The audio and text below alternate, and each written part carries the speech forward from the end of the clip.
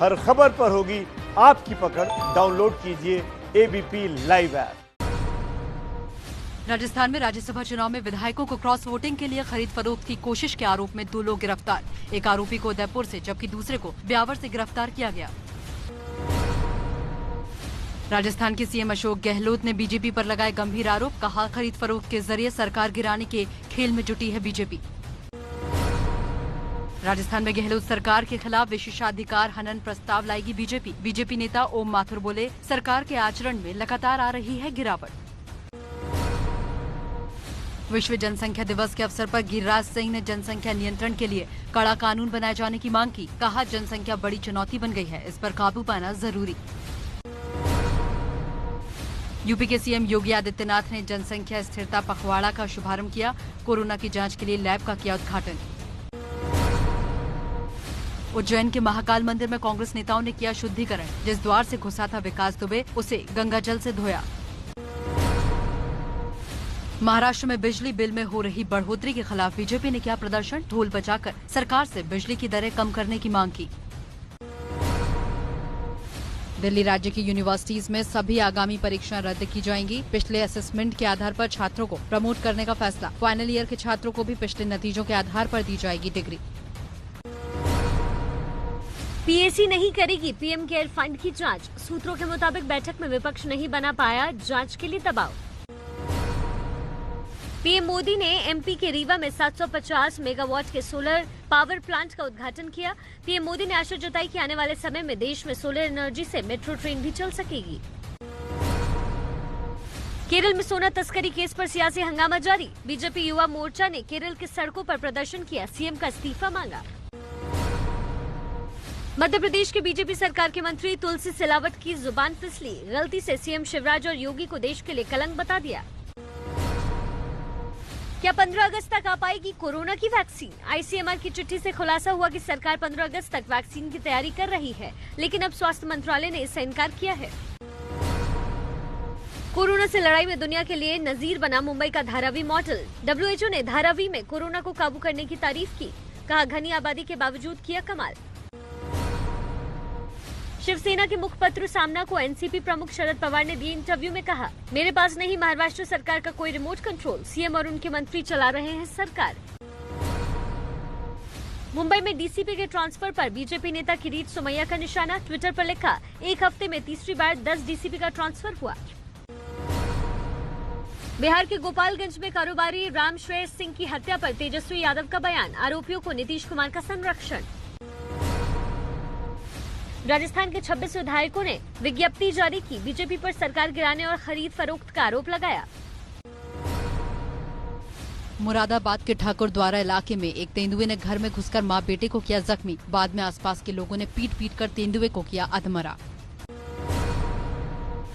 Delhi BJP ने बिजली bill में फिक्स चार्ज लेने पर केजरीवाल सरकार को घेरा। प्रदेश अध्यक्ष आदेश गुप्ता ने कहा, बिजली इस्तेमाल न करने वालों से भी पैसे लिए जा रहे हैं। यूपी के प्रतापगढ़ में बीजेपी सांसद संगम लाल गुप्ता के कार्यक्रम में सोशल डिस्टेंसिंग की उड़ी धज्जियां। लापरवाही पर पूछे गए सवाल को हंसी में उड़ा दिया।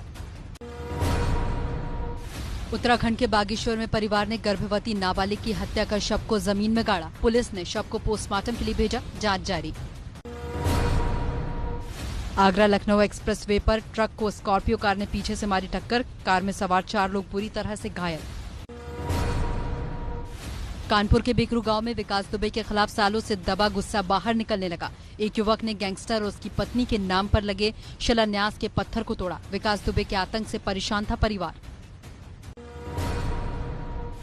फरीदाबाद में जहां विकास दुबे रुका था, वहां विकास और अमर दुबे के बीच हुआ था झगड़ा। अमर ने कहा था, अभी शादी हुई है, तुमने फंसा दिया। अमर दुबे की शादी का वीडियो भी सामने आया, जिसमें नाचते दिख रहा है विकास। कानपुर के बिकरू गांव में पुलिस ने स्थानीय लोगों के साथ बैठक कर हालात सामान्य करने की कोशिश की। लोगों के मन से डर दूर भगाने के लिए आरएएफ तैनात की गई। महाराष्ट्र एटीएस ने विकास दुबे के गुर्गे गुड्डन त्रिवेदी और उसके ड्राइवर को किया गिरफ्तार। उज्जैन में भी कई लोगों से पूछताछ। कानपुर में विकास दुबे के एनकाउंटर पर यूपी एसटीएफ का बयान। कहा, अचानक गाय भैंसों के झुंड के रास्ते में आने की वजह से पलटी गाड़ी। कल सुबह यूपी के कानपुर में 8 पुलिस वालों को मारने वाला विकास दुबे मारा गया था। पुलिस के मुताबिक उज्जैन से कानपुर लाते वक्त कानपुर के पास पुलिस की गाड़ी पलटी। भागने के दौरान हुई मुठभेड़ में पुलिस ने ढेर किया। पुलिस के मुताबिक कानपुर से करीब 15 किलोमीटर पहले भौती में पुलिस की गाड़ी पलटी तो विकास ने हथियार छीनकर फायरिंग की और भागा। तब पुलिस ने जवाबी कार्रवाई में चलाई गोलियां। एनकाउंटर को लेकर पुलिस की भूमिका पर उठ रहे सवाल। एनकाउंटर वाली जगह से 5 किलोमीटर पहले ही मीडिया की गाड़ियों को रोक दिया गया। बाद में एनकाउंटर की सूचना आई। विकास के पिता राम कुमार ने बेटे के मारे जाने पर कहा, जो हुआ ठीक हुआ। पुलिस के मुताबिक विकास दुबे की फायरिंग में 3 पुलिसकर्मी घायल हुए, 2 को गोली छूकर निकली। तीनों इलाज के बाद खतरे से बाहर। उज्जैन के एडिशनल एसपी रुपेश द्विवेदी के वायरल वीडियो से कानपुर एनकाउंटर पर उठे सवाल। वायरल वीडियो में कहते नजर आए, हो सकता है विकास कानपुर पहुंचे ही नहीं। कांग्रेस महासचिव प्रियंका गांधी ने सुप्रीम कोर्ट के जज से विकास दुबे मामले की जांच की मांग की। राहुल ने भी शेर ट्वीट कर कहा, एक खामोशी से रुक गए कई सवाल। भौती में जहां पर पुलिस वालों ने विकास दुबे को मारा था, वहां के लोगों ने पुलिस के समर्थन में नारे लगाए। एनकाउंटर के बाद कल कानपुर में जिस अस्पताल में विकास दुबे का पोस्टमार्टम हुआ, वहां लोगों ने जश्न मनाया। पुलिस वालों को भी मिठाई खिलाई गई। आज 8 लाख के आंकड़े को पार कर गया कोरोना संक्रमितों का आंकड़ा। भारत में अब तक 8,20,000 से ज्यादा लोग पॉजिटिव, 21,000 से ज्यादा लोगों की गई जान। देश में कोरोना के हालात को लेकर पीएम मोदी ने कैबिनेट के साथ की अहम बैठक। राज्य सरकारों के साथ मिलकर वायरस से निपटने की रणनीति बनाने का दिया निर्देश। देश में कोरोना मरीजों की बढ़ती तादाद पर बोले केंद्रीय स्वास्थ्य मंत्री डॉक्टर हर्षवर्धन। कहा, 62% लोग ठीक हुए, कोरोना अब कम जान ले रहा है। एम्स ट्रॉमा सेंटर के मेडिकल सुपरिटेंडेंट को हटाने का आदेश। 6 जुलाई को कोरोना पॉजिटिव पत्रकार ने एम्स की बिल्डिंग से कूदकर दे दी थी जान। दिल्ली में कोरोना मरीजों के लिए रेलवे ने 503 आइसोलेशन कोच दिए। इन कोचेस को दिल्ली के अलग अलग स्टेशनों पर खड़ा किया गया है। कोरोना काल में करेंसी इन सर्कुलेशन में हुई बढ़ोतरी। आरबीआई के मुताबिक लोग बैंकों से ज्यादा मुद्रा निकाल रहे हैं। सभी बैंकों को कोविड स्ट्रेस टेस्ट कराने का आदेश। एम्स के निदेशक डॉक्टर रणदीप गुलेरिया ने शॉर्ट टर्म लॉकडाउन को बताया बेअसर। कहा, वायरस संक्रमण रोकने के लिए कम से कम 14 दिन का लॉकडाउन है जरूरी।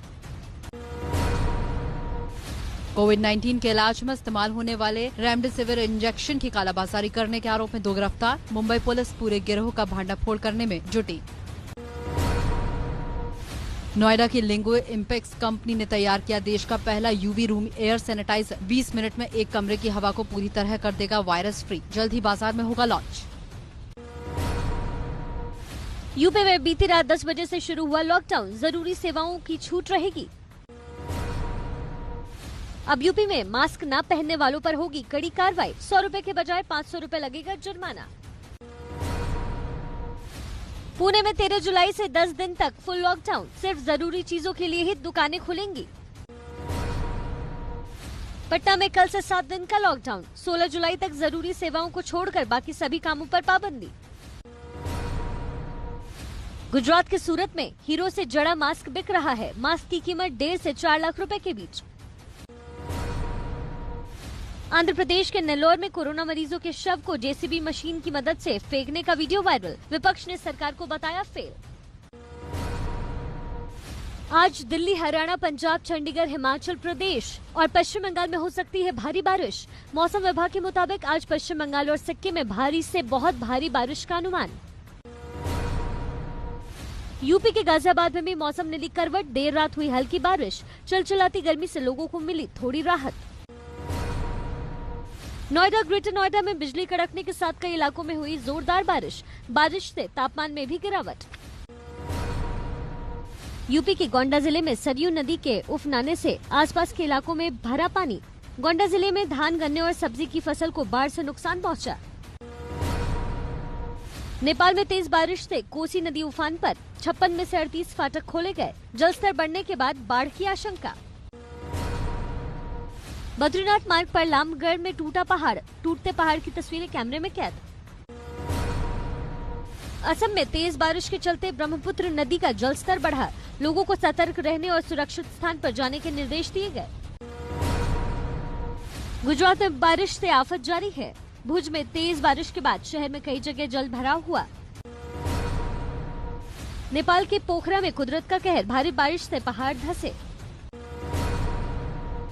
नेपाल के काठमांडू में बारिश और भूस्खलन से तबाही। म्याग्दी, कास्की, लमजुंग और रुकुम जिलों में पहाड़ के धंसने की घटनाओं में करीब 21 लोगों की मौत। लैंडस्लाइड का ये वीडियो अरुणाचल प्रदेश का है। इस भयानक भूस्खलन की चपेट में वहां काम करने वाले कुछ मजदूर भी इसकी चपेट में आ जाते हैं।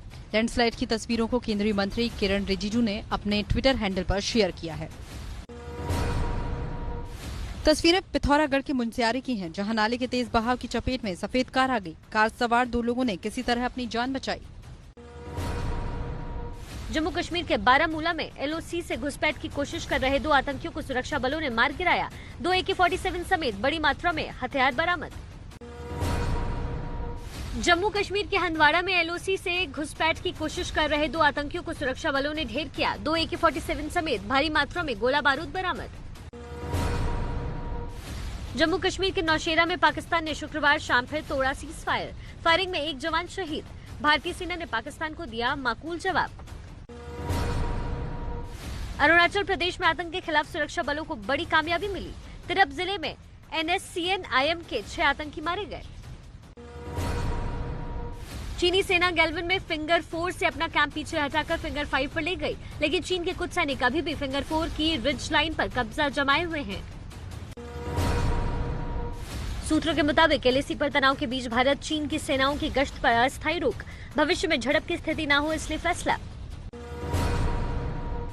भारतीय सीमा पर प्रबंधन को लेकर सेना ने 144 रिटायर्ड अधिकारियों ने लिखी राष्ट्रपति और प्रधानमंत्री को चिट्ठी। चूक की जिम्मेदारी तय करने की मांग।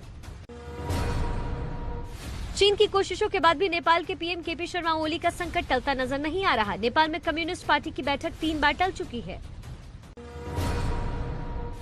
अपनी पार्टी से इस्तीफे की मांग पर नेपाल के PM KP शर्मा ओली का बयान। पार्टी के भीतर का विवाद आंतरिक मामला, हल करना नेताओं की जिम्मेदारी। भारत की चट्टानी सेना के आगे घुटने टेकने वाले चीन की हिलती कम नहीं हो रही। अब उसने अमेरिका को धमकाने के लिए युद्धाभ्यास का वीडियो जारी किया। इंग्लैंड और वेस्ट इंडीज के बीच चल रहे साउथहैम्पटन टेस्ट मैच काफी रोमांचक स्थिति पर। खेल के तीसरे दिन के खत्म होने तक इंग्लैंड ने अपनी दूसरी पारी में बिना विकेट खोए 15 रन बनाया। इससे पहले वेस्ट इंडीज की टीम अपनी पहली पारी में 318 रन बनाई। साउथहैम्पटन टेस्ट मैच के चौथे और 5वें दिन के खेल में बारिश जोन की संभावना नहीं, इसलिए मैच और भी रोमांचक स्थिति में पहुंचा। वेस्ट इंडीज के खिलाफ टेस्ट में ना मौका दिए जाने पर नाराज हैं स्टुअर्ट ब्रांड।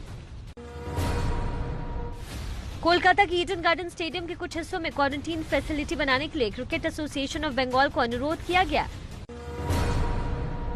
ब्रायन लारा के साथ एक वीडियो चैट में सचिन तेंदुलकर ने खुलासा किया कि इंग्लैंड के तेज गेंदबाज जेम्स एंडरसन ही एकमात्र बॉलर हैं जो रिवर्स आउट स्विंग करने की क्षमता रखते हैं। भारत और ऑस्ट्रेलिया के बीच में खेले जाने वाले border Gavaskar trophy Ashes series से कुछ भी कम नहीं है, ऐसा ही मानना है पूर्व ऑस्ट्रेलियाई कप्तान स्टीव वॉ का। खबर है कि ऑस्ट्रेलिया की जगह अब न्यूजीलैंड में भी T20 विश्व कप का आयोजन करने के लिए कोशिश की जा रही है। दिल्ली में भारत के शीर्ष गोल्फरों ने चैरिटी मैच में लिया हिस्सा। इस दौरान कपिल देव ने भी गोल्फ मैदान में हाथ आजमाए। पूर्व क्रिकेटर मुरली कार्तिक भी थे मौजूद। इस साल कोरोना की वजह से विंबलडन टेनिस जरूर रद्द हो गया है, लेकिन all England lawn tennis club ने निर्णय लिया है कि टूर्नामेंट में हिस्सा लेने वाले ऐसे 620 खिलाड़ियों को प्राइज मनी दे दिया जाएगा। इंग्लिश प्रीमियर लीग में मैनचेस्टर यूनाइटेड की टीम ने लगातार चौथा मुकाबला जीता।